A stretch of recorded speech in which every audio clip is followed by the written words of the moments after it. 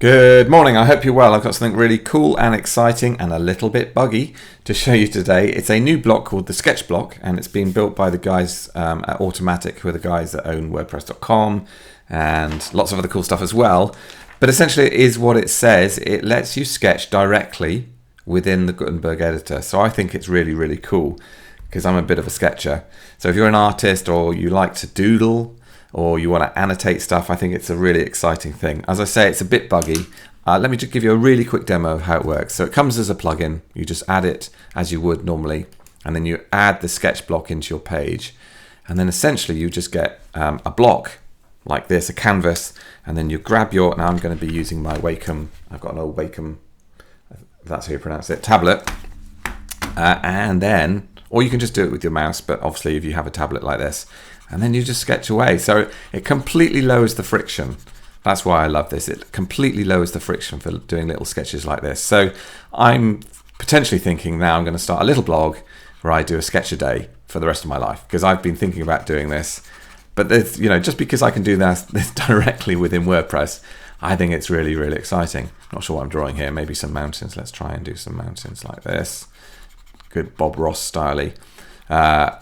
You get the idea. So you could just do a sketch a day. You have some options with this, so you can change the pen size up here.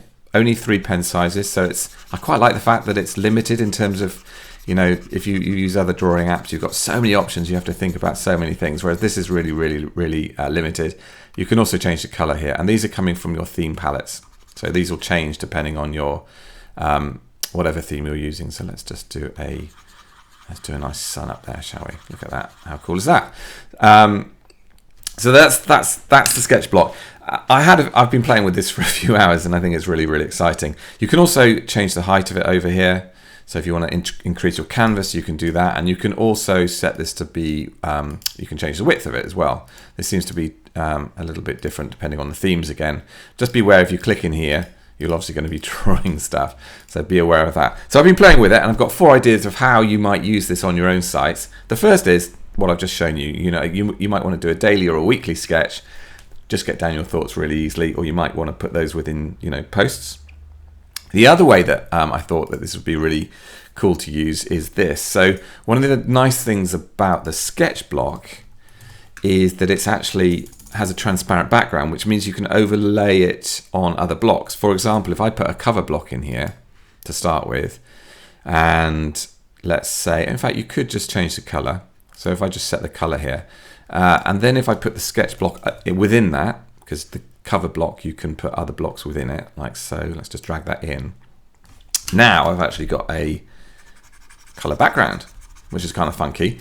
But of course, within the cover block, you can also add an image background. So how about you add some texture, like a paper texture background, like so. Let me just get rid of the opacity on this. So now we've got a nice, you get the idea? Now we've got a nice paper background, which is kind of cool. So you can add these, you can create these nice images with textured backgrounds. That's another way to do it.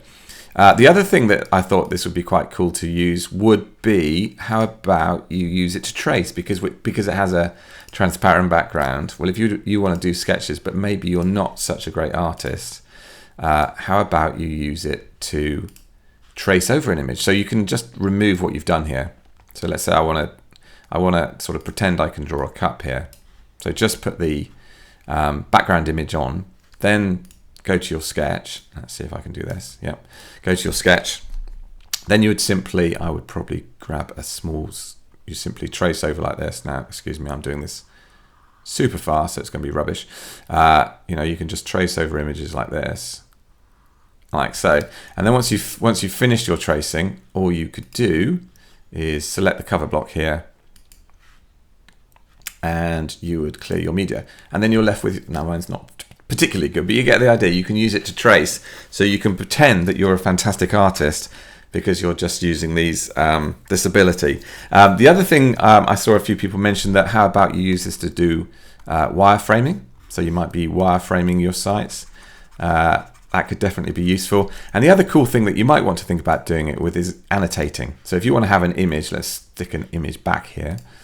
Open Media Library and choose, and let's choose that image again.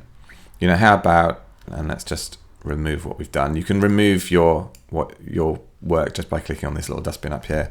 You know, you might have a picture of a cup of coffee, and then you might do a big arrow like so, and go, you know, yum, something like that. So there we go. There's a new sketch block. It is buggy. It seems to crash randomly on me, but I'm sure they'll fix that up.